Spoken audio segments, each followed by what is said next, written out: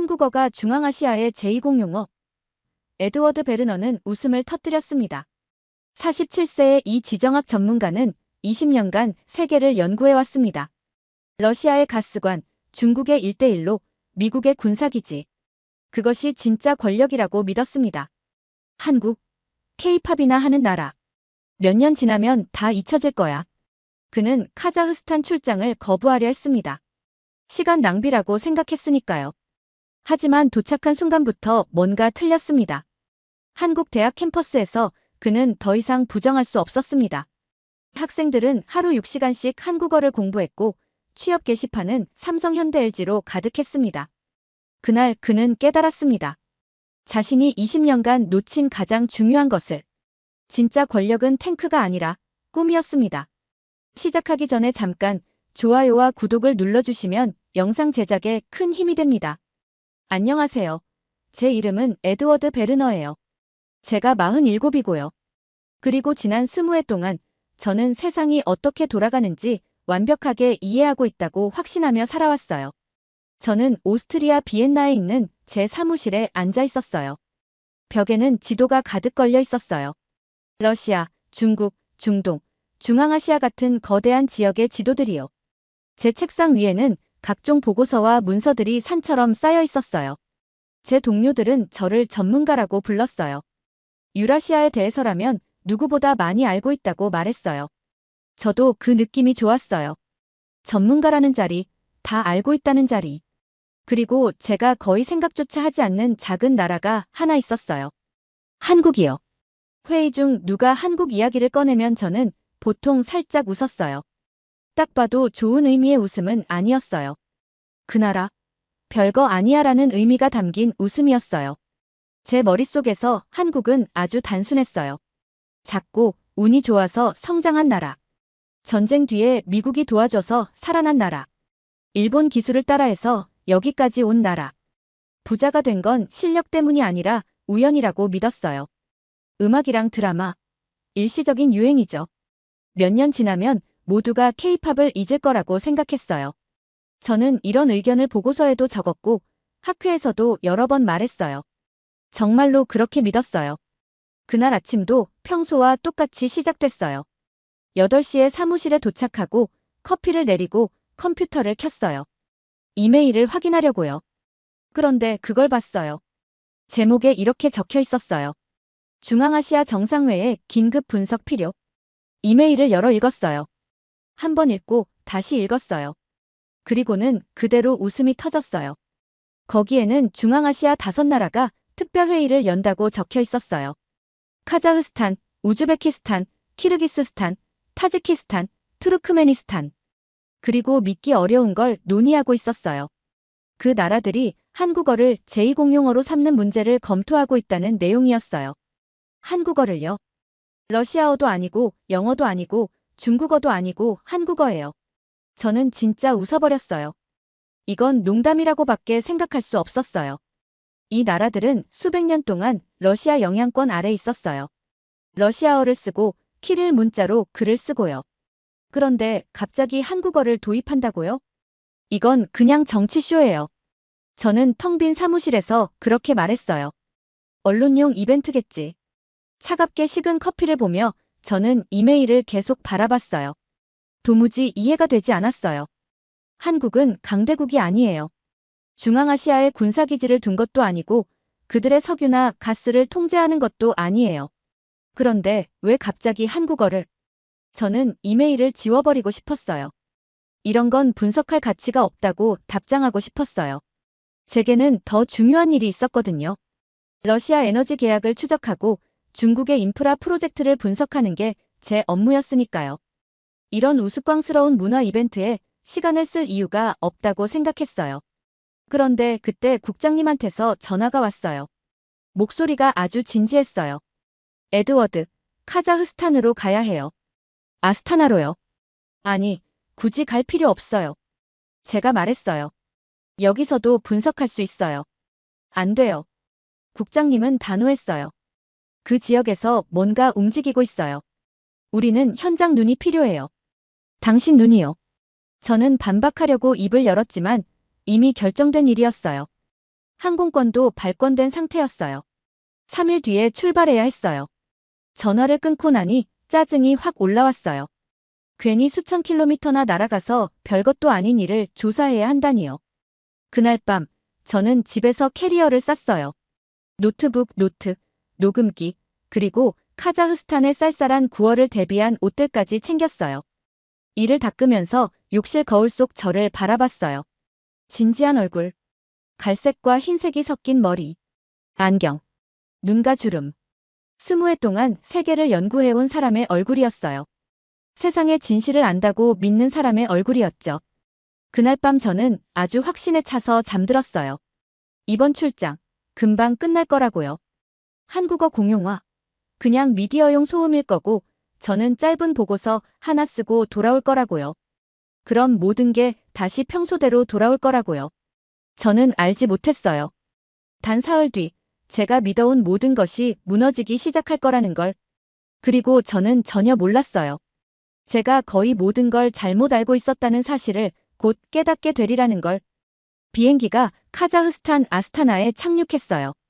제가 내렸고 그 순간부터 뭔가 아주 잘못됐다는 느낌이 들었어요. 공항 터널을 걸었어요. 제 구두가 바닥에서 또각또각 소리를 냈어요. 긴 비행 때문에 너무 피곤했고 목도 뻐근했어요. 그냥 빨리 호텔에 가고 싶었어요. 그렇게 터널을 지나 메인 홀로 들어섰는데요. 저는 걸음을 멈췄어요. 정말 그대로 얼어붙어 버렸어요. 한국어. 사방천지의 한국어였어요. 엄청나게 큰 광고들이 벽을 뒤덮고 있었어요. 삼성 갤럭시 폰, 현대자동차, 신한은행이라는 한국은행의 대형 포스터까지. 작은 사이즈도 아니었어요. 구석에 숨겨져 있는 것도 아니었어요.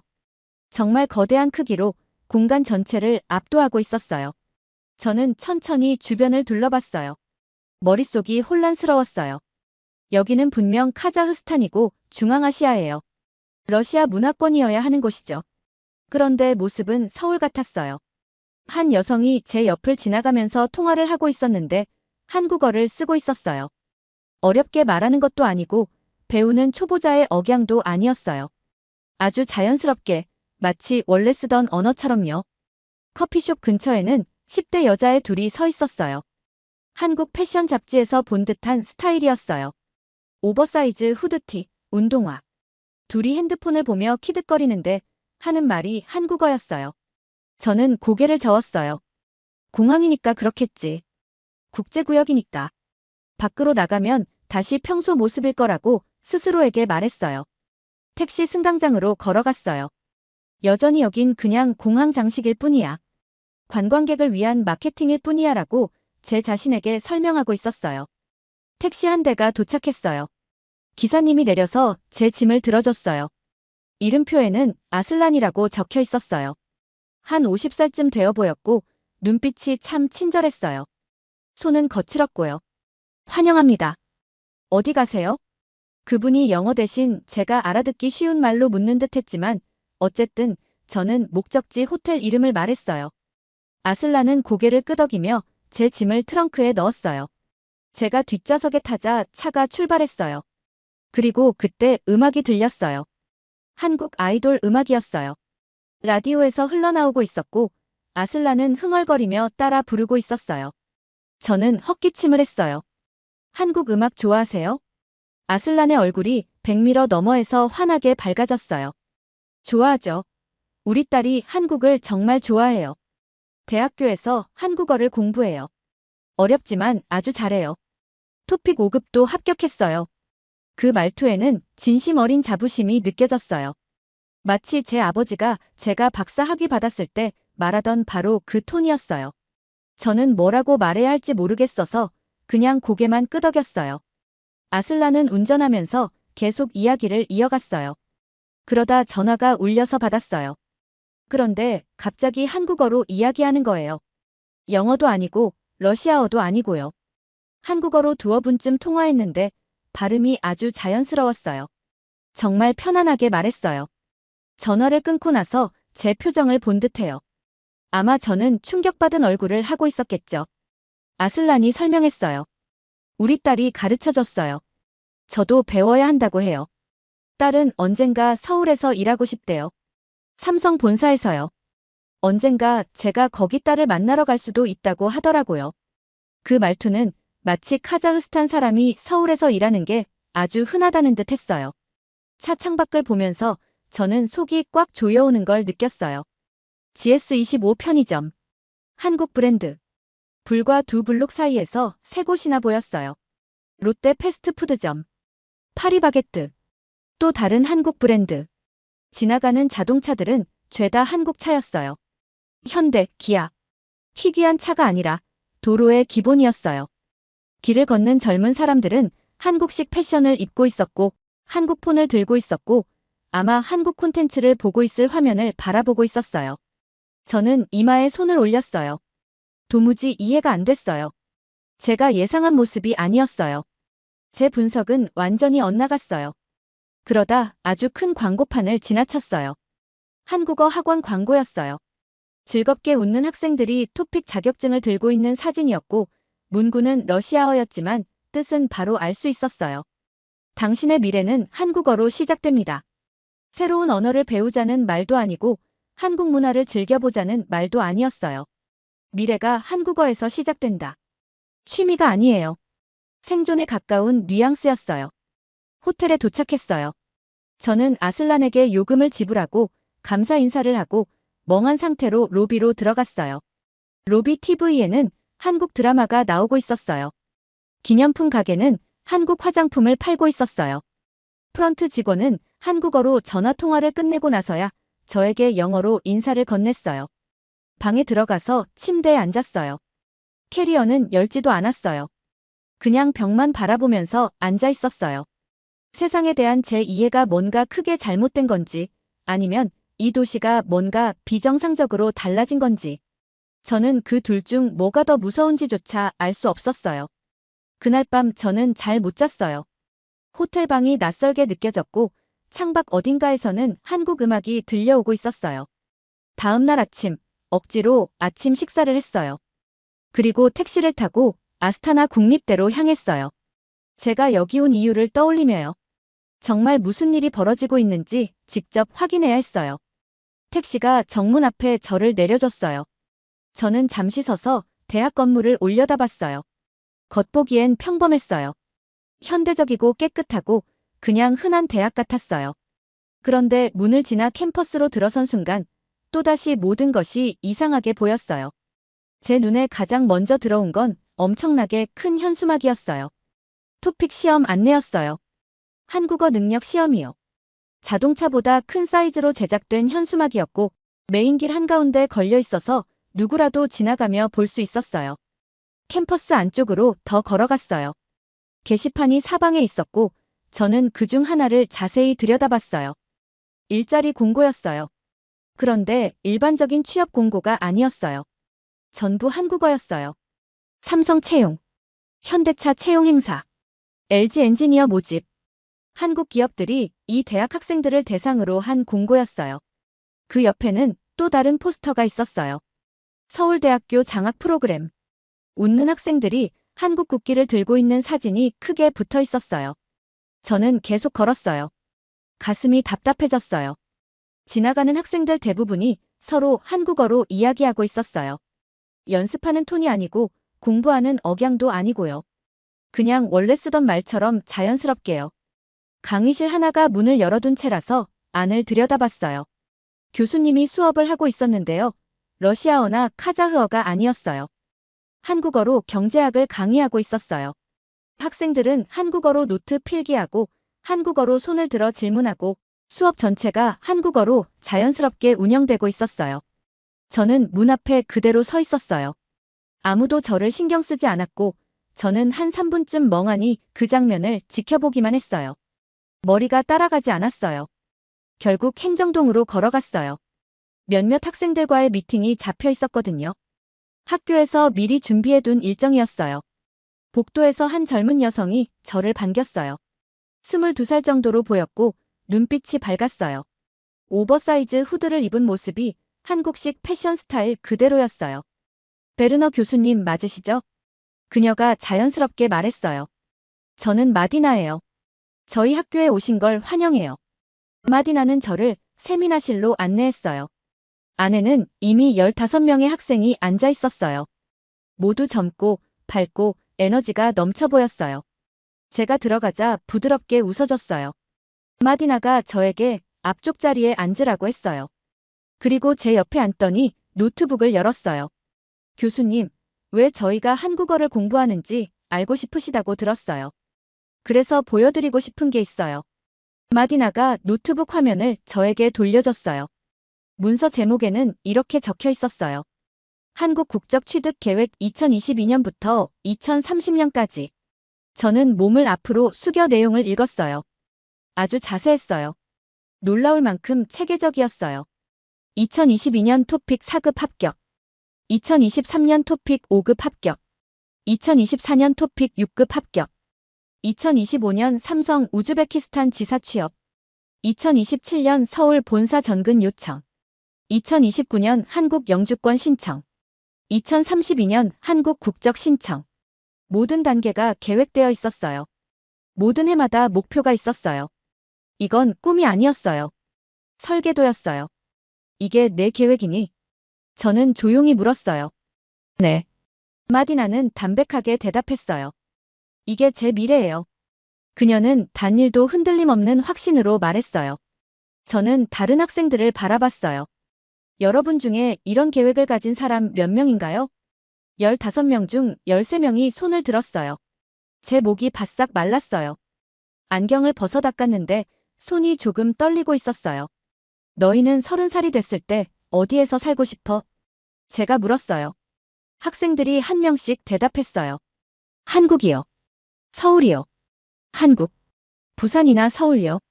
한국. 무조건 한국이요. 13명이 한국. 2명이 아마도 한국. 단 한 명도 자기 나라에 남고 싶다고 말하지 않았어요. 단 한 명도요. 제로였어요. 저는 의자에 몸을 기댔어요.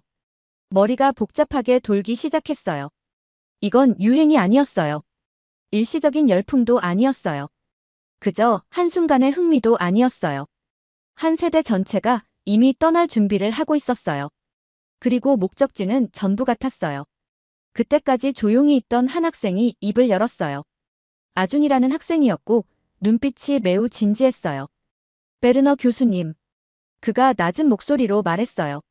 놀라신 것 같아요. 하지만 놀라실 필요 없어요. 한국은 저희의 선택이 아니라 저희에게 남은 유일한 문이에요. 저는 대답하려고 입을 열었지만 아무 말도 나오지 않았어요. 왜냐하면 속 깊은 곳에서 저는 서서히 한 가지 끔찍한 사실을 깨닫기 시작했거든요. 제가 믿어온 한국에 대한 모든 생각이 틀렸다는 것.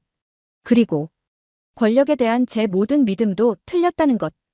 그날 저녁, 저는 바로 호텔로 돌아갈 수가 없었어요. 아직은요. 머릿속이 너무 복잡했어요. 마디나는 저와 함께 캠퍼스를 걸어주겠다고 했어요. 아준도 같이 왔어요. 두 사람 모두 제가 시간을 갖고 생각을 정리해야 한다는 걸 이해하는 듯 했어요. 우리는 천천히 걸었어요. 해가 지고 있었고 캠퍼스는 주황빛 노을 속에서 정말 아름다웠어요. 물어봐도 될까요? 제가 마침내 입을 열었어요. 왜 한국이에요? 왜 유럽이 아니고 왜 미국이 아니에요? 마디나와 아준이 서로를 바라봤어요. 그러더니 마디나가 조용히 말했어요. 유럽은 벽이 있어요. 그녀의 목소리는 낮고 단단했어요. 미국도 벽이 있죠. 겉으론 열려 있다고 하지만 사실은 아니에요. 적어도 저희 같은 사람들에게는요. 아준이 말을 이었어요. 하지만 한국은 달라요. 한국은 사람이 필요해요. 일자리가 있고 프로그램이 있어요. 한국어를 배우고 열심히 일하면 진짜 기회를 줘요. 우리는 스터디 공간 옆을 지나갔어요. 창문 너머로 수십 명의 학생이 함께 공부하고 있었어요. 모두 한국어 교재를 펼쳐놓고 발음을 서로 도와주고 있었어요. 저 학생들은 하루에 몇 시간이나 한국어를 공부해요? 제가 물었어요. 대부분이요? 하루에 4시간에서 6시간이요. 마디나가 대답했어요. 정규 수업에 더해서요. 하루 4시간에서 6시간. 매일. 수년 동안. 이건 취미가 아니었어요. 절박함과 희망이 동시에 섞여 있는 움직임이었어요. 우리는 도서관 근처 벤치에 앉았어요. 저녁 공기가 차가워지고 있었어요. 학생들이 저녁 식사나 기숙사로 향하며 우리 옆을 지나갔고 그 사이로 한국어 대화가 여기저기서 들려왔어요. 말씀드려야 할 게 있어요. 제가 천천히 말했어요. 여기 오기 전 저는 한국이 그냥 작은 나라라고 생각했어요. 중요하지 않다고도 생각했어요. 한국어 열풍도 잠깐일 거라고 믿었어요. 여러분이 다 잘못된 선택을 하고 있다고 생각했어요. 저는 그들이 화낼 줄 알았어요. 하지만 마디나는 슬픈 미소를 지었어요. 많은 사람들이 그렇게 생각해요. 그녀가 말했어요. 많은 사람들이 무슨 일이 벌어지고 있는지 이해하지 못하죠. 도대체 무슨 일이 벌어지고 있는 거예요? 제가 물었어요. 제발 설명해 주세요. 아준이 몸을 앞으로 숙였어요. 그의 목소리는 진지했지만 날카롭지 않았어요. 베르너 교수님, 교수님은 힘을 연구하시잖아요. 군사력, 경제력 같은 것들요. 그런데 하나를 놓치셨어요. 그가 조용히 말했어요. 희망의 힘이에요. 한국은 저희에게 희망을 줘요. 러시아도 못해요. 유럽도 못해요. 중국도 못해요. 한국만 할 수 있어요. 우리는 한동안 말없이 앉아 있었어요. 하늘이 점점 어두워지고 있었어요. 제가 일어났어요. 고마워요. 제가 말했어요. 진실을 보여줘서 정말 고마워요. 두 사람은 저를 학교 정문까지 데려다 줬어요. 저는 그들과 악수한 뒤 택시를 타고 호텔로 돌아왔어요. 방에 들어와 노트를 펼쳤어요. 한참 동안 빈 페이지만 바라봤어요. 그러고 나서 글을 쓰기 시작했어요. 저는 틀렸어요. 20해 동안 저는 군사기지와 무역협정으로 세계를 분석했어요. 탱크 개수를 세고 미사일 범위를 재고 GDP와 수출량을 비교했어요. 그게 힘이라고 믿었어요. 하지만 저는 가장 중요한 것을 놓쳤어요. 진짜 힘은 사람을 억지로 움직이는 데 있지 않아요. 사람이 스스로 다가오고 싶게 만드는 데 있어요. 그들의 언어를 배우고 싶게 하고 그들의 세계에 들어오고 싶게 만드는 힘. 한국은 무기로 중앙아시아를 움직이는 게 아니에요. 꿈으로 움직이고 있어요. 그리고 저는 너무 오만해서 그걸 보지 못했어요. 저는 2시간 동안 글을 썼어요. 페이지가 계속 쌓였어요. 제가 본 것들, 제가 틀린 것들, 제가 완전히 잘못 가정했던 것들. 펜을 내려놓았을 때 손은 아팠지만 머릿속은 훨씬 맑아졌어요. 저는 어두운 창문에 비친 제 얼굴을 봤어요.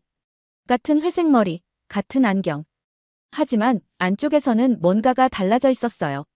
저는 어제 도착했던 그 사람이 아니었어요. 그 사람은 모든 걸 안다고 확신하던 사람이었죠.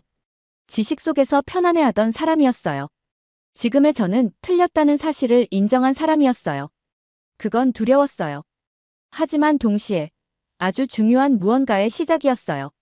진실을 진짜로 이해하기 시작한 순간이었어요. 불을 끄고 침대에 누웠어요. 내일은 더 많은 곳을 보고 더 많은 사람을 만나고 더 많은 증거를 접할 거예요. 하지만 오늘 밤 저는 생전 처음으로 한 가지를 받아들였어요. 저는 한국에 대해 틀렸어요. 그리고 이것조차 틀렸다면 제가 또 얼마나 많은 걸 잘못 알고 있었던 걸까요? 그 질문이 오래도록 저를 잠 못 들게 했어요. 하지만 20해 만에 처음으로 저는 그 답을 찾을 준비가 되어 있었어요. 잘 들으셨나요? 세상에는 가슴 따뜻한 이야기들이 가득합니다. 감동 힐링 사연은 해외에서 전해지는 감동적인 사연들을 소개하며 다양한 이야기들을 통해 위로와 희망, 그리고 하루의 힐링을 선물해드립니다. 조그마한 힐링이 되셨다면 구독과 알림 설정도 큰 힘이 되어요. 다음 영상에서 더 좋은 사연으로 찾아뵙겠습니다. 시청해주셔서 감사합니다. 할머니, 제발요. 그 돈이면 제 대학 등록금도 낼 수 있어요. 소피아는 울먹였습니다. 중국인들이 제시한 200만 탱게, 그들 가족 1년 수입의 10배였습니다. 하지만 할머니는 단호했습니다. 이 땅은 팔 수 없다. 소피아는 이해할 수 없었습니다. 카자흐스탄 동쪽 끝, 감자나 심는 작은 밭 한 조각. 도대체 왜 그렇게 집착하시는 걸까요? 그녀는 할머니가 늙어서 이성을 잃었다고 생각했습니다. 그리고 한국에 대한 할머니의 옛날 이야기들도 전부 헛소리라고 믿었습니다. 한국? 거긴 그냥 미국 식민지 아니에요? 자기 기술도 없잖아요. 그런데 사흘 뒤 정체불명의 한국인들이 집을 찾아왔습니다. 그들이 펼친 서류에는 충격적인 내용이 적혀 있었습니다. 그녀가 본 것은 무엇이었을까요? 그리고 지금도 그녀의 고향 땅 아래에선 강대국들의 보이지 않는 전쟁이 벌어지고 있는 이야기 바로 시작합니다. 그 전에 잠깐 좋아요와 구독을 눌러주시면 영상 제작에 큰 힘이 됩니다. 인천공항 바닥이 너무 반짝거려서 괜히 제 얼굴이 비칠 것 같았어요. 사람들은 캐리어를 끌고 빠르게 지나가고 있었어요. 모두가 어디로 가야 하는지 이미 잘 알고 있는 사람들처럼요. 모든 게 깨끗하고 정돈돼 있었어요. 솔직히 말하면 너무 정돈돼 있는 느낌이었어요. 저는 오래된 여행 가방 2개를 들고 서 있었어요. 그리고 마음속으로 이렇게 중얼거렸어요. 사람들이 그렇게 떠들던 나라가 이거였어? 솔직히 말하면 저는 감탄하고 싶지 않았어요. 카자흐스탄에 있을 때 저는 친구들에게 늘 똑같이 말했거든요. 한국은 그냥 미국 말 잘 듣는 작은 나라라고요. 기술도 일본이나 미국에서 베껴서 만든다고요. 솔직하게 말하면 그다지 특별할 게 없다고 생각했어요. 하지만 제가 너무 앞서가고 있었네요. 어떻게 여기 오게 됐는지부터 말해야겠어요. 제 이름은 소피아 마리노바예요. 17살이고요. 카자흐스탄 동쪽 끝, 국경 근처의 작은 마을에서 자랐어요. 아버지는 양과 말들을 기르시고 어머니는 작은 진료소에서 간호조무사로 일하고 계세요. 제 동생 박티아는 12살인데 늘 사고만 치고 다니는 아이예요. 하지만 우리 가족의 중심은 항상 할머니 라이다였어요. 할머니는 예전에 초등학교에서 역사 선생님으로 일하셨어요. 지금은 은퇴하셔서 저희를 돌보시고 옛날 이야기들을 들려주시는데 시간을 많이 보내세요. 우리 조상들 이야기, 초원을 달리던 전사들의 이야기, 그리고 동쪽 어딘가에 있었다는 쿠루야라는 거대한 왕국 이야기까지요. 사실 우리 가족 누구도 그런 이야기를 믿진 않았어요. 아버지는 늘 웃으면서 고개를 저으셨어요. 엄마, 그런 건 그냥 전설이잖아요. 증거도 없는데. 저도 믿지 않았어요. 그냥 나이가 들면 옛날 기억에 집착하게 되고 진짜와 바람을 섞어서 기억한다고들 하잖아요. 저는 할머니가 그런 상태라고만 생각했어요. 그런데 3월의 어느 추운 저녁, 모든 게 바뀌었어요. 그날 밤 9시였어요. 저희는 막 저녁을 먹고 각자 방으로 들어가려던 참이었어요.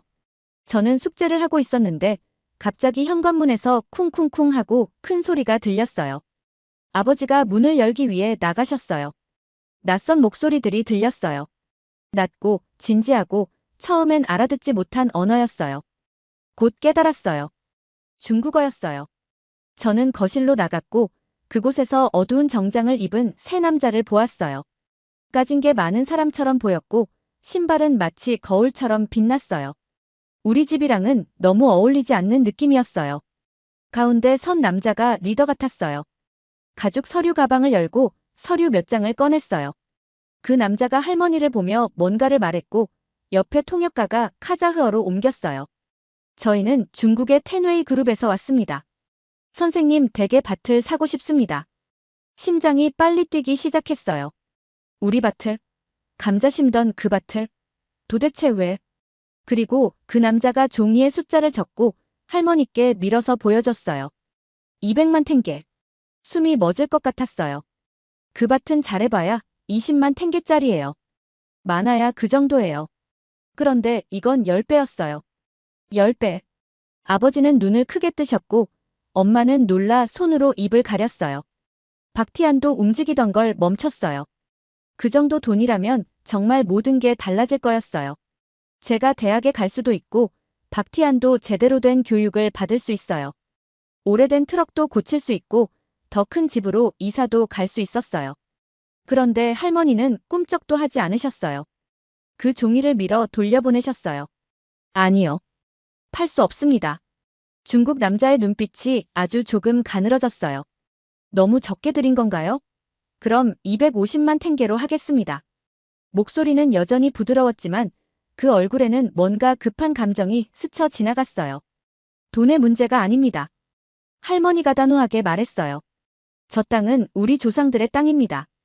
팔 수 없습니다. 방 안은 숨소리도 들릴 만큼 조용해졌어요. 전 정말 소리 지르고 싶었어요.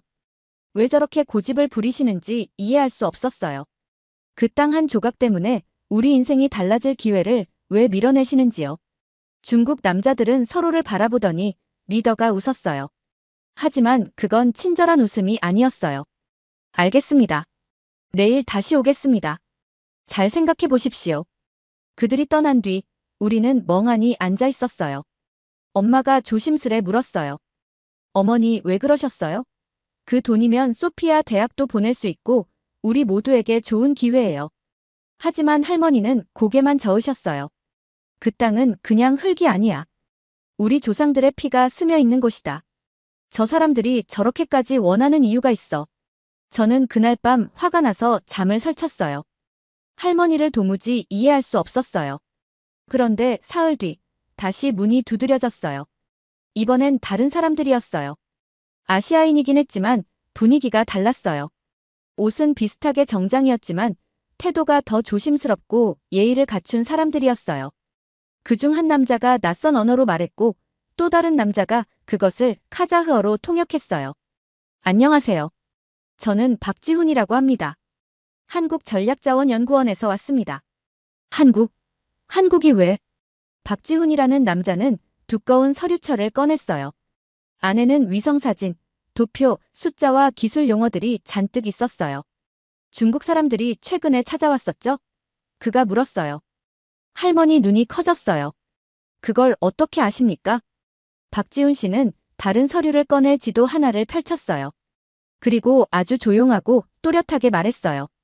선생님 댁 밭 아래에는 고품질 우라늄이 묻혀 있습니다. 정확히 25,000톤입니다. 제 머릿속이 하얘졌어요. 우라늄 원자력 발전소에서 쓰는 거. 그리고 다른 위험한 것들에도 쓰이는 그 우라늄. 중국 지질조사팀은 6개월 전에 이 사실을 알아냈습니다. 카자흐스탄 정부에 보고하지 않았고 대신 조용히 땅을 사려고 하고 있었죠. 그제야 모든 게 이해됐어요. 말도 안 되는 금액, 그들의 초조한 눈빛. 그들은 밭을 사려던 게 아니라 땅 아래에 숨겨진 보물을 사려고 했던 거예요. 그런데 박지훈 씨는 전혀 예상 못한 말을 했어요. 저희는 여러분의 땅을 사러 온 게 아닙니다. 그 땅을 함께 지키고 싶어서 왔습니다. 그는 옛 역사책, 지도, 유물 사진을 꺼냈어요. 한국의 유물과 카자흐스탄의 유물이 나란히 놓여 있었고 놀랍도록 비슷했어요. 그리고 이렇게 말했어요. 할머니께서 말씀하신 동쪽에서 왔다는 조상들 이야기 사실입니다. 1300년 전 고구려가 무너졌을 때 많은 이들이 말을 타고 서쪽으로 왔습니다. 중앙아시아까지요.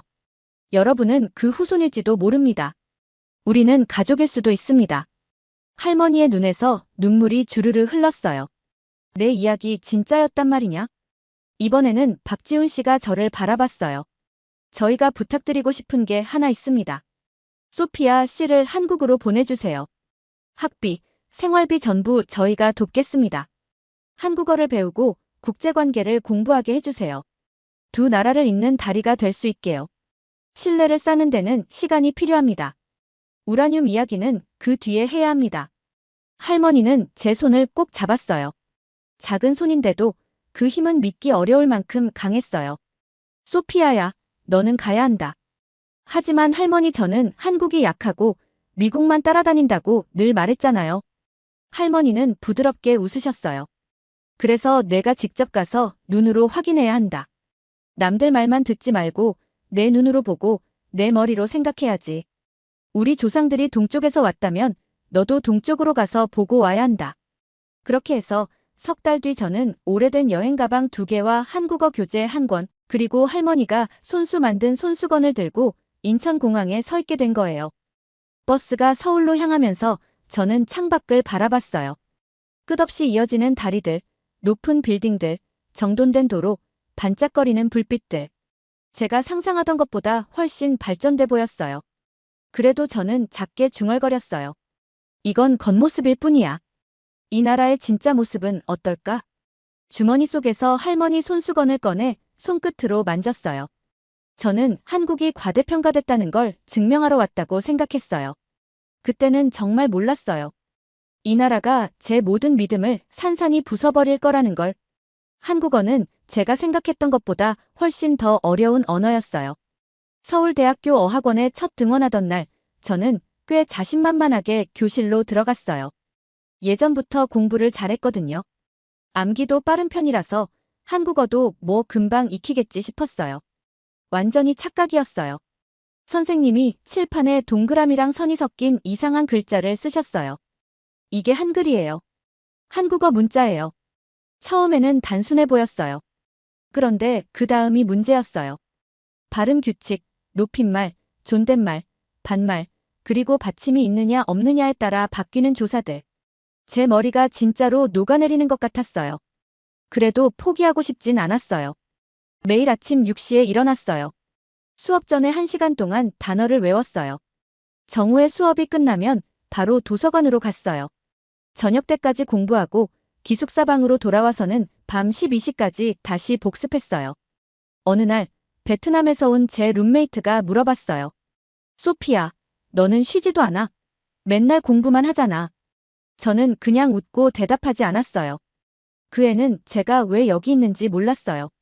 우리 할머니 밭 아래 묻혀있는 우라늄 이야기도, 제가 두 나라 사이에 다리가 될 자격이 있는지 증명해야 한다는 부담도 전혀 몰랐어요. 3개월이 지나자 아주 조금씩, 정말 조금씩 사람들이 하는 쉬운 말이 들리기 시작했어요. 식당에서 더 이상 메뉴판 사진만 가리키지 않고도 주문을 할 수 있게 됐어요. 길을 물어볼 수도 있었고 길거리 간판들도 어느 정도 읽을 수 있었어요. 그게 참 좋았어요. 그런데 동시에 답답하기도 했어요. 저는 빨리 다 이해하고 싶었거든요. 이 사람들이 자기 나라를 어떻게 생각하는지, 자기 인생을 어떻게 느끼는지, 세상을 어떻게 보는지 그런 것들을 다 알고 싶었어요. 어느 오후 한국어로 된 문자 메시지가 하나 왔어요. 사전을 옆에 두고 읽는 데만 10분이 걸렸어요. 소피야, 시간 괜찮으세요? 어떻게 지내는지 보고 싶어서요. 마이너스 박지훈. 심장이 빨리 뛰기 시작했어요. 박지훈. 우리 집에 왔던 그 남자. 우라늄 이야기를 해줬던 사람. 저를 이곳까지 데려온 사람. 우리는 홍대 근처의 작은 카페에서 만나기로 했어요. 그 주변은 젊은 사람들, 길거리 음악가들, 다채로운 옷을 파는 가게들로 가득했어요. 모든 게 살아 움직이는 것처럼 느껴졌어요. 박지훈 씨는 예전이랑 똑같이 보였어요. 깔끔한 셔츠, 가지런한 머리, 감정을 잘 드러내지 않는 표정. 그는 저와 자신 것을 함께 커피로 주문하고 제 맞은편에 앉았어요. 한국 생활은 어때요? 그가 물었어요. 저는 잠깐 고민하다가 대답했어요. 좀 복잡한 것 같아요. 어떤 점이 복잡해요? 사람들은 친절한데 다들 좀 멀게 느껴져요. 모든 게 효율적이고 빠른데 그게 또 이상하게 차갑게 느껴지기도 하고요. 건물들은 다 현대적이고 반짝거리는데 뭔가 잘 설명은 안 되지만 불안정하다고 해야 하나요? 박지훈 씨의 입가가 아주 조금 움직였어요. 웃음 같기도 했지만 잘 모르겠더라고요. 그게 한국이에요. 그가 말했어요. 겉이랑 속이 다른 나라. 그럼 진짜 한국은 어떤 곳이에요? 제가 물었어요. 그건 스스로 찾아야죠. 그 대답이 조금 짜증났어요. 왜 여기 사람들은 이렇게 돌려 말할까요? 그냥 솔직하게 딱 말해주면 안 되는 걸까요? 생활비를 벌기 위해 저는 기숙사 근처 편의점에서 아르바이트를 시작했어요. 밤 10시부터 새벽 4시까지 하는 야간 근무였어요. 이 아르바이트가 제 시선을 완전히 바꿔놓았어요. 새벽 2시쯤 되면 술에 취한 회사원들이 비틀거리면서 들어왔어요. 지친 택시 기사들은 커피와 컵라면을 사갔고 시험 공부하느라 밤새운 학생들은 눈이 벌겋게 충혈된 채 좀비처럼 편의점에 들어와 먹을 걸 집어들었어요. 어느 날 밤 구겨진 정장을 입은 중년 남자가 들어왔어요. 컵라면 하나를 사서 창가 쪽 작은 테이블에 앉더니 조용히 먹기 시작했어요. 그가 제게 물었어요. 학생이에요? 네. 어디서 왔어요? 카자흐스탄이요. 그의 눈이 잠깐 커졌어요. 아, 거기는 엄청 춥겠네요. 한국도 춥잖아요. 제가 말했어요. 그가 웃었어요. 피곤이 잔뜩 묻은 웃음이었는데 이상하게 진심이 느껴지는 웃음이었어요. 맞아요. 우리도 춥죠. 여러 가지 의미로요. 그가 떠난 뒤에도 그 말이 계속 머릿속에 맴돌았어요. 이 사람들, 이렇게 바쁘게 살면서, 이렇게 오래 일하면서 늘 지쳐있는 얼굴로 편의점에 들어오는 이 사람들 왠지 너무 외로워 보였어요. 누군가와 이야기를 나누고 싶어 하는 것 같은데 정작 어떻게 말을 걸어야 할지 모르는 사람들 같았어요. 어쩌면 한국이 차갑고 거리감 있는 나라가 아니라 그냥 사람들이 외로운 나라일지도 모르겠다는 생각이 들었어요. 그때부터 저는 그동안 눈여겨보지 않았던 작은 것들을 보기 시작했어요. 버려진 종이컵 하나도 그냥 쓰레기통에 안 넣고 재활용이랑 일반 쓰레기로 꼼꼼하게 나누는 어르신들. 길에서 제가 헤매고 있으면 영어를 한마디도 못하면서도 몸짓으로 길을 알려주려 애쓰는 사람들. 지하철이 매번 정시에 똑같은 자리에 정확히 서는 것. 편의점이 언제나 깨끗하게 정리돼 있고 물건이 항상 채워져 있고 24시간 불이 꺼지지 않는 것. 이건 단순한 효율이 아닌 것 같았어요. 이건 어떤 배려 같았어요. 자기 역할을 제대로 해내려는 자존심 같은 것도 느껴졌어요. 하지만 다른 모습들도 있었어요. 밤새 공부하다가 버스 안에서 고개를 떨구고 자는 학생들. 밤 10시, 11시가 돼서야 사무실에서 나오는 직장인들. 혼자서 밥을 먹으면서 아무 말 없이 휴대폰만 뚫어지게 쳐다보고 있는 사람들. 한국은 스스로를 지치게 만들 정도로 열심히 일하는 나라였어요. 근데 왜일까? 무엇을 그렇게까지 증명하려고 하는 걸까? 그렇게 6개월이 지났어요. 어느 날 수업이 끝난 뒤에 한국어 선생님이 저를 따로 부르셨어요. 소피아, 발음이 정말 좋아요. 아직 1년도 안 됐는데 말할 때 거의 자연스럽게 들려요. 어떻게 연습해요? 제 귀가 뜨거워졌어요. 저는 칭찬을 들으면 괜히 쑥스러웠어요. 그냥 많이 공부해요. 제가 중얼거리듯 말했어요. 그래요. 계속 그렇게 해요. 재능이 있어요. 그날 밤 기숙사 침대에 누워서 천장을 바라봤어요. 룸메이트는 이미 잠들었고 창문 밖에서는 서울의 소리가 계속 들려왔어요. 자동차 소리, 멀리서 들리는 사람들, 목소리. 이 도시가 완전히 잠들지는 않는다는 걸 알려주는 낮은 웅성거림 같은 소리들. 저는 휴대폰을 꺼내서 할머니 라이이다 사진을 열어봤어요. 집 앞에서 환하게 웃고 있는 모습. 낡은 회색 카디건을 걸친 그대로의 할머니. 할머니. 저는 사진을 보면서 조용히 속삭였어요. 저 진짜 배우고 있어요. 이 나라를 제대로 보려고 정말 노력하고 있어요. 그런데 솔직히 말하면 한국에 대해 알면 알수록 더 헷갈렸어요. 정말 이 나라가 예전에 제가 말하던 것처럼 그저 미국만 따라다니는 약한 나라일까요? 제가 만난 사람들은 약해 보이지 않았어요. 오히려 끈질기고 성실하고 조용히 자기 일을 끝까지 해내는 사람들에 가까웠어요. 정말 이 나라가 자기 기술 없이 남의 것만 베껴 쓰는 나라일까요? 제가 보는 휴대폰은 거의 다 한국 브랜드였고 TV도 그렇고 길거리에 돌아다니는 차들도 전부 한국 회사 이름이 적혀 있었어요. 예전에 제가 믿고 있던 생각들이 서서히 금이 가기 시작했어요. 그렇지만 아직은 스스로에게 솔직하게 인정하고 싶지 않았어요. 배워야 할 게 너무 많았고 제가 모르는 것들이 너무 많았어요. 그리고 어딘가에서 박지훈 씨와 그 동료들이 이 아이가 다음 단계로 넘어갈 준비가 됐는지 지켜보고 있는 것 같은 기분이 자꾸 들었어요. 저는 어학과정을 반에서 가장 높은 점수로 졸업했어요. 증서에 한글로 적힌 소피아 마리노바라는 이름을 보는데 마음이 따뜻해졌어요. 그런데 축하할 새도 없이 이틀 뒤 박지훈 씨에게서 메시지가 왔어요. 내일 2시에 만날 수 있을까요? 중요한 이야기가 있어요. 강남의 한 카페로 가니 박지훈 씨 옆에 처음 보는 나이 많은 남자가 앉아 있었어요. 회색 머리, 날카로운 눈. 이분은 윤석호 국장님이세요. 전략자원부를 총괄하십니다. 윤 국장님은 제 속을 꿰뚫어보는 듯한 미소를 지으며 말했어요. 축하해요, 소피아. 그런데 하나 묻죠. 당신은 정말로 왜 한국에 왔나요? 그 질문이 심장을 쿡 찌르는 것 같았어요. 결국 저는 모든 진실을 털어놨어요. 중국인들의 방문, 우라늄, 팔지 않겠다는 할머니, 그리고 박지훈 씨가 보여준 카자흐스탄과 한국의 연결까지. 윤 국장님은 다 듣고 말했어요. 정직하네요. 사실 우리는 지난 2년 동안 당신을 지켜봤습니다. 피가 차갑게 식었어요. 당신이 장학금을 위해 온 사람인지 아니면 두 문화를 이을 사람인지 확인해야 했어요. 그리고 결론은 당신은 통과입니다. 그때 박지훈 씨가 일어났어요. 이제 보여드릴 게 있어요. 우리는 서울 외곽으로 향했어요. 지도가 나오지 않는 좁은 길 끝, 경비가 지키는 큰 철문을 통과하자 평범해 보이는 회색 건물이 있었어요.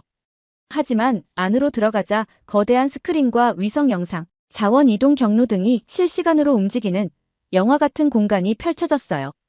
여긴 한국의 독립전략자원 추적 시스템입니다. 윤 국장님이 말했어요. 중국도, 러시아도 이 규모를 몰라요. 미국조차 전부 알지 못하고요. 저는 말문이 막혔어요. 전 한국이 미국에 의존하는 줄만 알았어요. 박지훈 씨가 처음으로 웃으며 말했어요. 사람들이 우릴 얕보면 움직이기가 쉬워지죠. 윤 국장님은 제 고향 마을이 표시된 화면을 열었어요. 우라늄 매장 위치가 붉게 표시돼 있었어요. 한국은 당신의 땅을 원하지 않습니다. 카자흐스탄이 지킬 수 있게 돕고 싶어요. 그러려면 믿을 사람, 두 문화를 아는 사람이 필요합니다. 바로 당신 같은 사람. 그 말을 듣는데 할머니의 오래된 말들이 머릿속에서 되살아났어요. 이 땅은 팔 수 없다. 동쪽에서 왔던 우리 조상들. 진실을 보고 오너라. 할머니는 전부 맞았어요. 그리고 저는 다 틀렸어요. 한국은 약한 나라가 아니었어요. 조용하게 강해진 나라였어요. 그날 밤 저는 할머니에게 전화를 걸었어요. 할머니, 제가 틀렸어요. 한국은 제가 생각한 나라가 아니에요. 침묵 끝에 할머니가 물었어요. 그럼 어떤 나라였니? 강해요. 겉으론 조용하지만 늘 준비하고 생각하고 움직이는 나라예요. 할머니가 조용히 웃었어요. 그래, 찾았구나. 내가 가서 찾아야 할 진실을. 전화를 끊고 거울을 보니 속눈빛이 달라져 있었어요. 더 넓은 세상을 본 사람처럼. 저는 더 이상 그냥 학생이 아니었어요. 작은 마을의 소녀도 아니었어요. 두 나라를 잇는 다리이자 과거와 미래를 잇는 연결, 두 뿌리 사이의 통로가 되어가고 있었어요. 그 책임감은 무서울 만큼 컸지만 이상할 정도로 제자리 같았어요. 연구센터에서 진실을 본 지 어느덧 1년 반이 지났어요. 저는 낮에는 편의점과 카페에서 일하고 밤에는 국제관계 수업을 들으며 지냈어요. 그렇게 바쁜 날들 속에서 저는 한국을 겉이 아니라 속으로 보기 시작했어요. 일 늘어난 회사원도, 동전을 천천히 세던 할머니도, 책에 파묻혀 잠들던 학생도 모두 자기 삶을 지키기 위해 애쓰는 사람들이었어요. 한국은 화려한 기술과 음악만 있는 나라가 아니라 물 아래 더 큰 몸체를 숨긴 빙산처럼 깊고 단단한 힘을 가진 나라였어요. 그러던 어느 늦가을, 박지훈 씨와 한강에서 다시 만났어요. 그는 처음 왔을 때 제가 한국을 약하다고 말했던 걸 떠올리며 물었어요. 저는 고개를 저었어요. 아니요. 제가 잘못 보고 있었어요. 그는 미소 지으며 말했어요. 이제 진짜로 보이기 시작하는군요. 그날 밤 할머니에게 한국에 더 머무르고 싶다고 말했어요. 할머니는 조용히 말했어요. 다리는 어느 한쪽에만 속하지 않는다. 내가 둘을 이어라.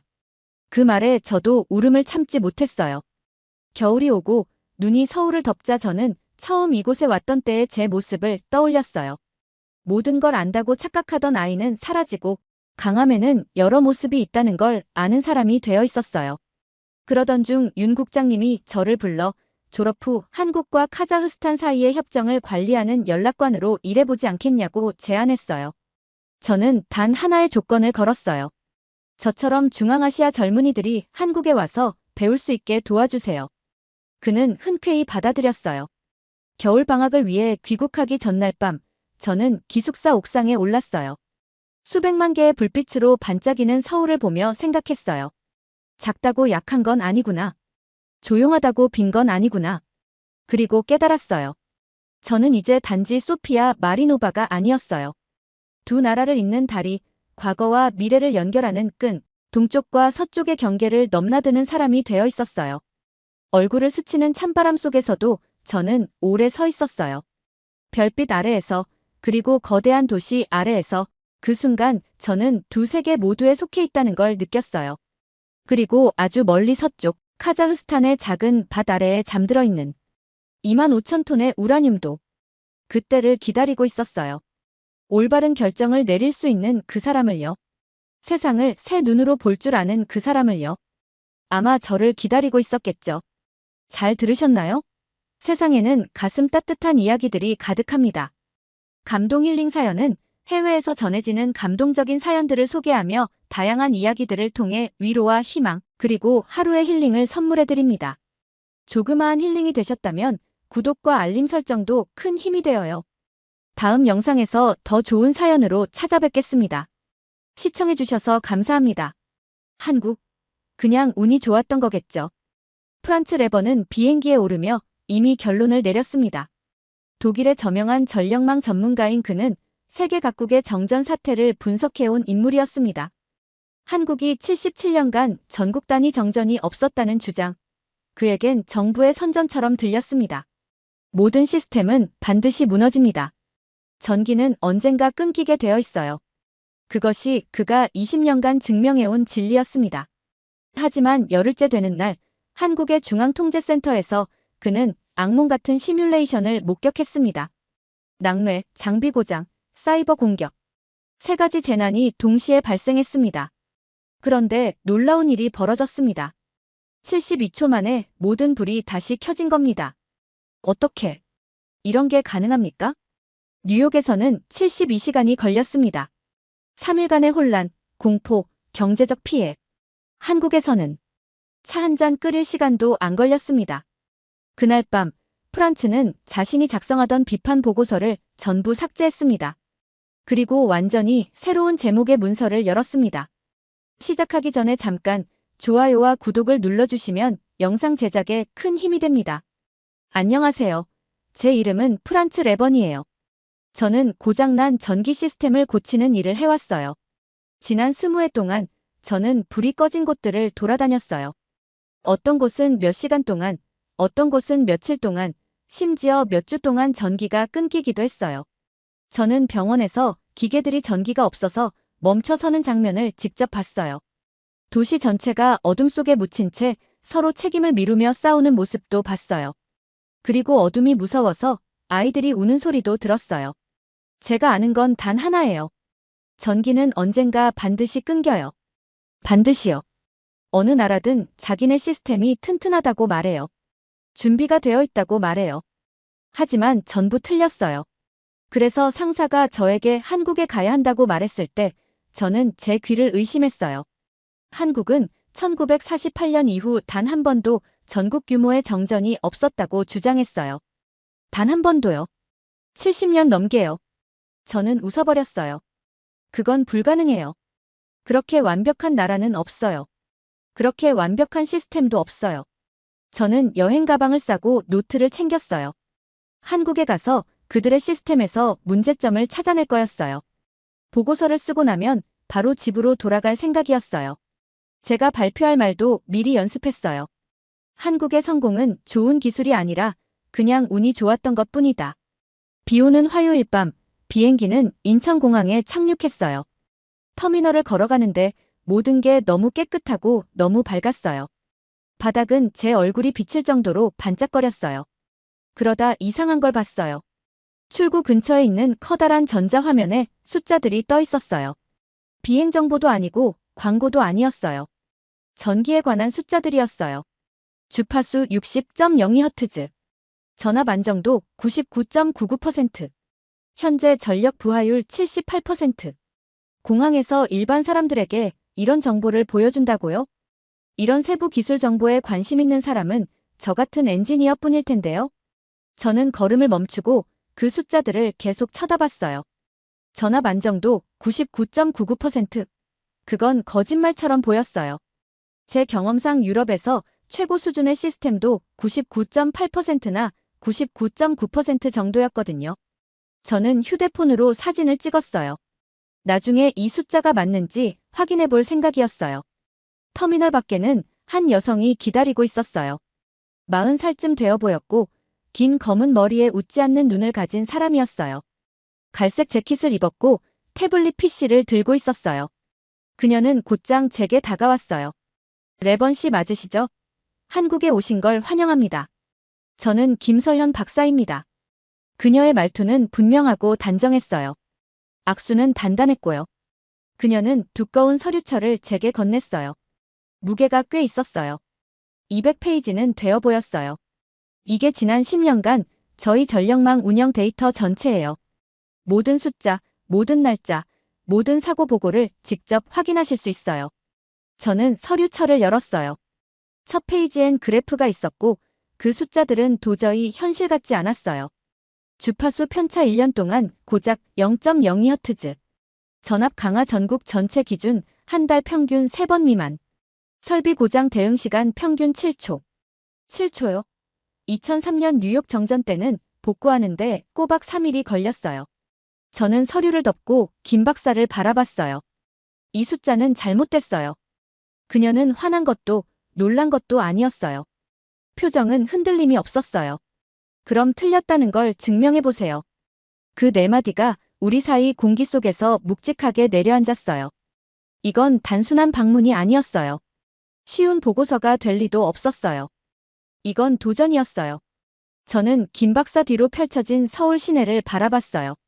수백만 개의 불빛이 밤하늘에 반짝이고 있었어요. 흔들림 없이, 깜빡임 없이, 완벽하게. 너무 완벽했어요. 저는 여행 가방 손잡이를 다시 잡았어요. 모든 걸 보여주세요. 김 박사는 고개를 한번 끄덕였어요. 따라오세요.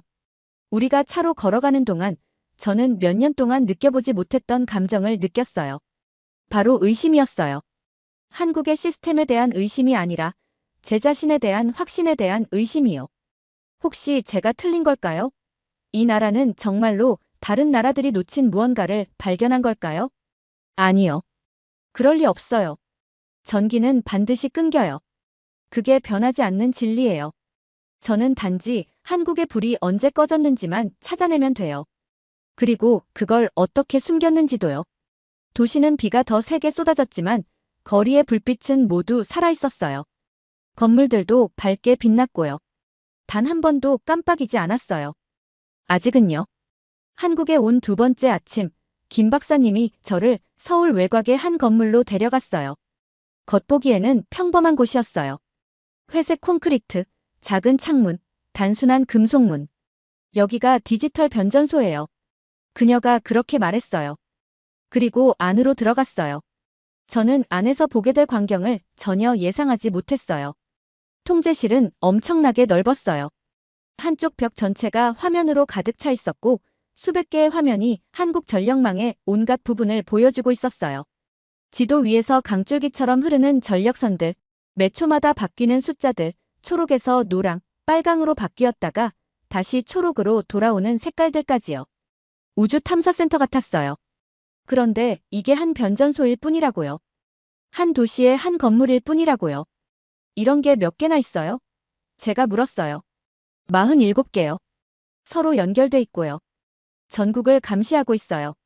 47개의 이런 방들이 서로 대화하듯 연결되어 전부 같은 시스템을 감시하고 있었어요.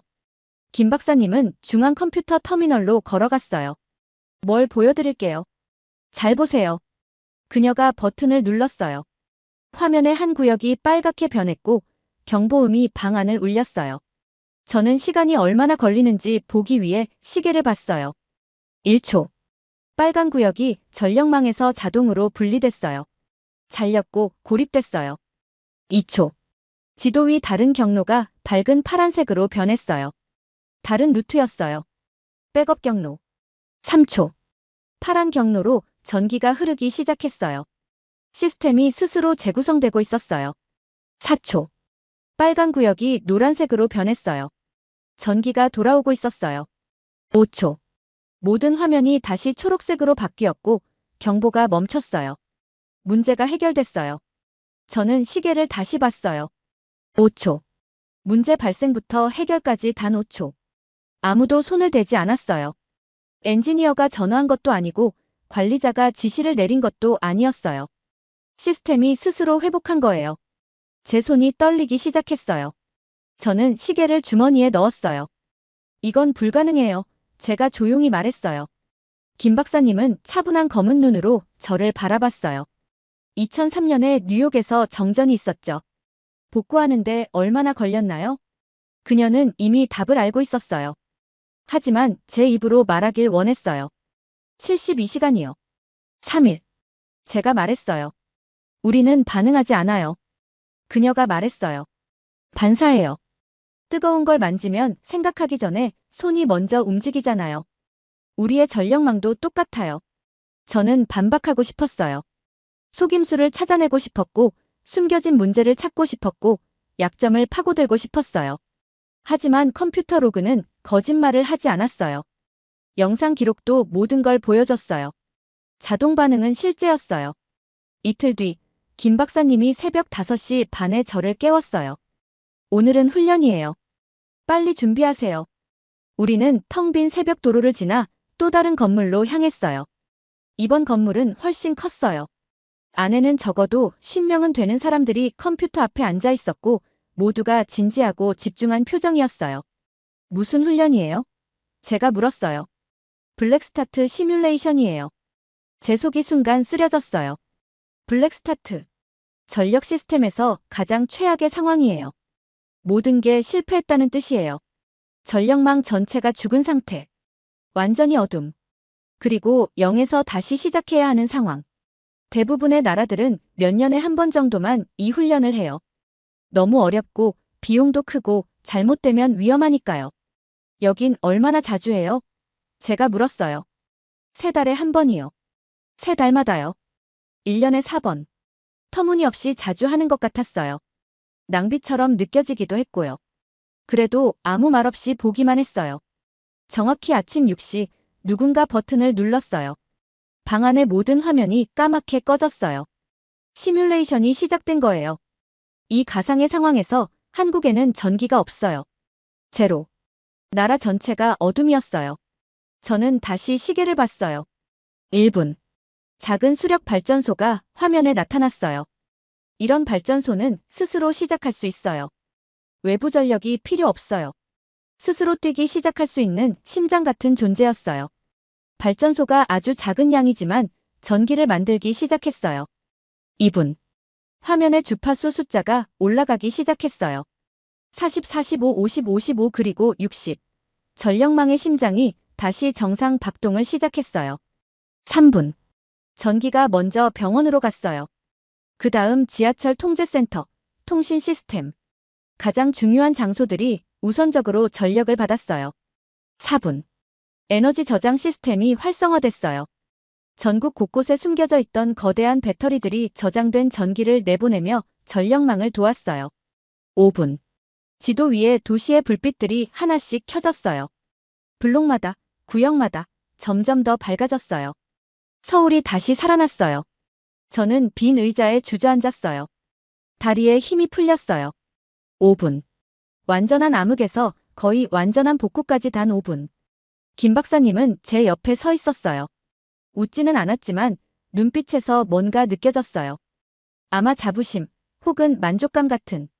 위기 상황에서 생각은 너무 느려요. 그녀가 말했어요. 훈련이 몸에 스며들어야 해요. 머리가 묻기 전에 몸이 먼저 움직일 수 있게요. 그 순간 저는 깨달았어요. 이건 단순한 기술이 아니었어요. 하나의 철학이었어요. 전력 시스템을 바라보는 완전히 다른 관점이었어요. 저는 20년 동안 시스템이 어떻게 무너지는지 공부했어요. 한국은 70년 동안 시스템이 어떻게 살아남는지 연구했어요. 그 후 사흘 동안 김 박사님은 정말 모든 걸 보여줬어요. 나라 곳곳을 잇는 해저 케이블. 나무 기둥만큼 굵은 전선을 바다 밑으로 깔아 어마어마한 양의 전력을 실어 나르고 있었어요. 에너지 저장 시설. 컨테이너 크기의 배터리들이 줄지어 있는 방. 필요하면 몇 초 안에 전기를 뿜어낼 준비가 되어 있었어요. 문제가 발생하기 전에 예측하는 인공지능. 6시간 뒤를 미리 보는 프로그램. 폭풍, 폭염, 고장날 가능성이 있는 장비를 미리 알려주는 시스템. 제가 던지는 모든 질문에 김 박사님은 데이터를 내밀었어요. 제가 품었던 모든 의심은 증거로 덮였어요. 제가 찾고 싶었던 모든 약점은 존재하지 않았어요. 제 노트는 변해가고 있었어요. 처음에는 결함을 찾아라. 균열을 찾아라. 거짓을 찾아라. 라고 적혀 있었던 문장이 이제는 어떻게 이걸 해냈지? 왜 다른 나라는 이걸 생각하지 못했지? 우리가 놓친 건 뭐였지? 로 바뀌었어요. 하지만 제 마음 깊은 곳에서는 여전히 믿지 못하고 있었어요. 완벽한 시스템은 없어요. 모든 시스템은 언젠가 무너져요. 반드시 약점이 있어요. 저는 단지 한국의 약점을 찾기만 하면 됐어요. 그런데 김 박사님이 제 생각을 읽은 것처럼 말했어요. 당신은 우리가 실패하기를 기다리고 있죠. 저는 부정하지 않았어요. 네. 그녀는 천천히 고개를 끄덕였어요. 그럼 내일 우리의 최악의 악몽을 보여드릴게요. 준비하세요. 한국에서의 열흘째 되는 날이었어요. 검증 마지막 날이기도 했어요. 김 박사님은 최종 시험 일정을 잡아두셨고 그걸 복합위기 훈련이라고 부르셨어요. 그게 무슨 뜻인지 저는 너무 잘 알고 있었어요. 여러 문제가 동시에 발생하는 상황. 제가 지난 20회 동안 처리해왔던 재난들 대부분이 그렇게 시작됐으니까요. 전력망을 무너뜨리는 종류의 상황들. 도시 전체를 멈추게 만드는 악몽 같은 순간들. 우리는 해 뜨기 전 가장 큰 중앙통제센터에 도착했어요. 지금까지 본 어떤 곳보다 규모가 컸어요. 안에는 100명이 넘는 엔지니어들이 각자의 자리에서 화면을 지켜보고 있었어요. 모두 표정은 차분했지만 눈빛은 날카롭고 집중돼 있었어요. 기다리고 대비하는 사람들의 눈이었어요. 김 박사님이 종이 한 장을 제게 건넸어요. 오늘 훈련의 시나리오가 적혀 있었어요. 저는 천천히 읽었어요. 시나리오 3중 동시장애. 주요 송전선로 낙뢰. 접속 지점 핵심 장비 고장. 전력망 제어 시스템 대상 사이버 공격. 제 입안이 바짝 말랐어요. 3가지 재난이 동시에. 이건 보통 훈련이 아니었어요. 악몽 그 자체였어요. 저는 김 박사님을 바라봤어요. 이런 일이 실제로 일어난 적은 없죠? 그냥 가상의 상황이죠? 그녀는 바로 대답하지 않았어요. 화면들을 잠시 바라보다가 조용히 말했어요. 아직은 없었어요. 하지만 언젠가 일어날지도 모르죠. 우리는 그 언젠가를 대비해야 해요. 저는 더 물어보고 싶었지만 훈련이 이미 시작되고 있었어요. 한 선임 엔지니어가 방 앞쪽으로 걸어 나왔어요. 복합위기 시뮬레이션을 시작합니다. 전 스테이션 준비 완료. 그리고 버튼을 눌렀어요. 10초. 사방에서 경보음이 터졌어요. 빨간 불이 깜빡이고 경고음이 방을 가득 채웠어요. 메인 화면에서는 지도 위 세 구역이 정확히 같은 순간 빨갛게 변했어요. 낙뢰. 장비 고장. 사이버 공격. 모두 동시에 발생. 제 심장이 거세게 뛰기 시작했어요. 저는 이런 걸 전에 본 적이 있었어요. 뉴욕에서도, 브라질에서도, 이탈리아에서도. 이런 방식으로 정전이 시작됐어요. 전체 붕괴로 이어지는 첫 단계였어요. 20초. 화면의 숫자들이 떨어지기 시작했어요. 주파수는 60Hz에서 59.2Hz로 내려가고 발전량은 줄어들고 수요가 공급을 넘어서기 시작했어요. 지도 위 일부 구역이 어두워졌어요. 30초. 서울의 몇몇 구역이 정전을 겪었어요. 검은 영역이 물에 번지는 먹물처럼 퍼져갔어요. 이거였어요. 제가 기다리던 순간. 어떤 시스템이든 결국 한계가 있다는 증거. 이상한 감정이 밀려왔어요. 제 처음 믿음이 맞았다는 안도감. 하지만 왠지 모를 슬픔도 있었어요. 완벽한 시스템이 진짜 존재할지도 모른다는 희망이 막 피어나는 순간이었으니까요. 45초. 더 많은 지역이 어두워졌어요. 주파수는 계속 떨어졌어요. 58.8Hz. 위험한 구간이었어요. 58Hz 아래로 떨어지면 전력망 전체가 연쇄적으로 무너질 수도 있었어요. 저는 앞 책상 모서리를 꽉 잡았어요. 그때 화면에서 변화가 나타났어요. 60초. 화면 아래쪽에 초록색 표시등이 켜졌어요. 에너지 저장 시스템들이었어요. 전국 곳곳에 있는 거대한 배터리들이 동시에 작동하기 시작했고 전력망으로 전기를 밀어 넣었어요. 주파수 하락이 멈췄어요. 70초. 새로운 숫자들이 나타났어요. 서울의 건물들이 자동으로 전력 소비량을 줄이고 있었어요. 꺼진 게 아니었어요. 단지 덜 쓰고 있었어요. 조명은 아주 살짝 어두워지고 냉방기는 조절됐으며 엘리베이터는 조금 더 느리게 움직였어요. 수요 측이 스스로 협조하고 있었어요. 80초. 손상된 구역이 분리됐어요. 건강한 구역과 잘려나갔어요. 사이버 공격은 차단돼서 미끼 시스템으로 우회됐고 낙뢰 피해를 입은 선로는 다른 경로로 우회됐어요. 90초. 어둠에 잠겼던 구역들로 전기가 흘러가기 시작했어요. 한꺼번에가 아니라 천천히 조심스럽게. 마치 바닥부터 물이 차오르는 것처럼요. 사건 발생 후 72초. 모든 구역이 다시 초록으로 돌아왔어요. 주파수는 59.9Hz로 안정됐고 정전됐던 모든 지역에 전력이 돌아왔어요. 경보가 멈췄어요. 위기가 끝났어요. 저는 그대로 서서 움직일 수도 말을 할 수도 없었어요. 72초. 뉴욕에서는 복구에 72시간이 걸렸어요. 3일 동안의 어둠, 혼란, 공포, 경제적 피해. 여기서는 차 한 잔 끓일 시간보다 짧았어요. 김 박사님이 제 쪽으로 걸어오셨어요. 제가 한국에 온 이후 처음으로 그녀 눈빛에서 걱정 같은 게 느껴졌어요. 레번 씨, 괜찮으세요? 저는 의자에 털썩 앉았어요. 다리가 후들거렸어요. 어떻게 제 목소리는 이상하게 약했어요. 어떻게 이런 게 가능해요? 김 박사님이 제 옆에 앉았어요. 제게만 들리게 조용히 말했어요. 당신은 한국이 실패하는 장면을 보고 싶어 오셨죠. 우리가 무너지는 모습을 보고 싶었죠. 맞나요? 저는 거짓말할 이유가 없었어요. 네. 하지만 생각을 잘못하고 계셨어요. 그녀가 말했어요. 실패는 붕괴가 아니에요. 실패는 단지 반응 시간이 5초가 아니라 1분이 된다는 뜻일 뿐이에요. 그녀는 화면들을 가리켰어요. 방금도 실패했어요. 새 시스템이 동시에 고장났어요. 하지만 실패는 끝이 아니에요. 실패는 대응의 시작이에요. 저는 한국 지도를 다시 봤어요. 모든 불이 켜져 있었어요. 모든 선이 초록이었어요. 안정적이고 강했어요. 다른 나라들은요, 제가 천천히 말했어요. 문제를 피하려고 설계해요. 고장을 예방하려고 해요. 맞아요. 김 박사님이 말했어요. 그리고 예방이 실패하면 모든 게 무너지는 거죠. 그런데 여기선 재난을 전제로 설계했네요. 맞아요. 우리는 아무 문제도 없다면 어떨까? 라고 묻지 않아요. 모든 게 동시에 잘못되면 어떡하지? 라고 묻고 준비하는 거죠. 저는 제가 조사했던 모든 정전들을 떠올렸어요. 제가 썼던 보고서들, 제가 했던 질문들. 왜 이런 일이 생겼지? 라고 묻던 그 순간들. 저는 20회 동안 잘못된 질문을 하고 있었어요. 올바른 질문은 왜 이런 일이 생겼나? 가 아니라 왜 이런 일이 더 자주 일어나지 않는 걸까? 였어요. 그리고 한국은 그 답을 갖고 있었어요. 그날 밤 저는 호텔방에서 혼자 노트북을 켰어요. 제가 작성 중이던 보고서를 열어봤어요. 가정투성이, 실패에 대한 예측, 약점에 대한 단정, 과장했다는 의심들. 전부 틀렸어요. 저는 전체 문서를 삭제했어요. 그리고 새 문서를 열었어요.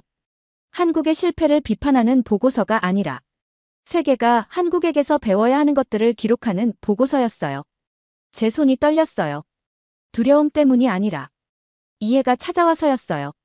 드디어요. 이건 운이 아니었어요. 선전도 아니었어요. 불가능한 일도 아니었어요. 이건 설계였고 구조였고 철학이었어요. 끝없는 훈련과 규율이었고 문화였어요. 어둠은 용납되지 않는다. 그걸 국가 전체가 공유할 때 생기는 결과였어요. 창밖을 보니 밤하늘 위 서울이 빛나고 있었어요. 10,000개의 불빛. 단 하나도 깜빡이지 않았어요. 단 하나도 꺼지지 않았어요. 77년 동안 이 불빛은 켜져 있었어요. 그리고 저는 이제야 그 이유를 이해했어요. 한국을 떠난 지 2주 뒤, 저는 스위스 제네바의 회의실에 서 있었어요. 여러 나라에서 온 에너지 전문가들이 제 앞에 앉아 있었고, 모두 제가 3주 전까지도 지었던 그 회의적인 표정을 하고 있었어요.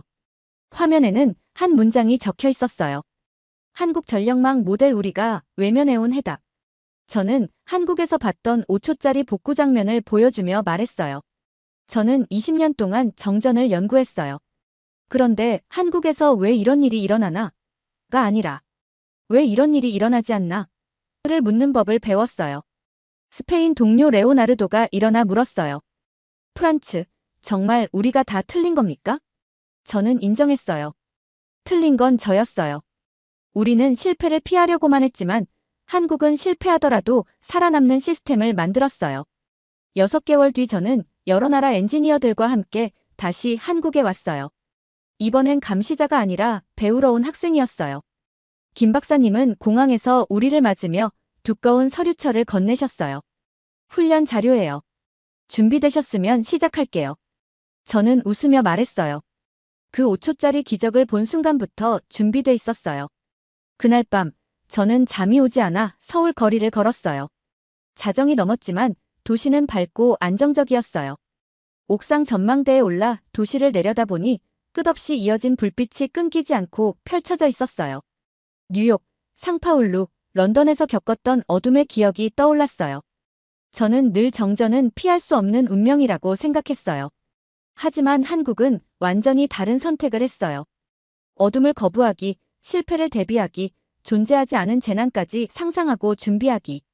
그래서 이 나라는 77년 동안 불이 꺼지지 않았던 거였어요.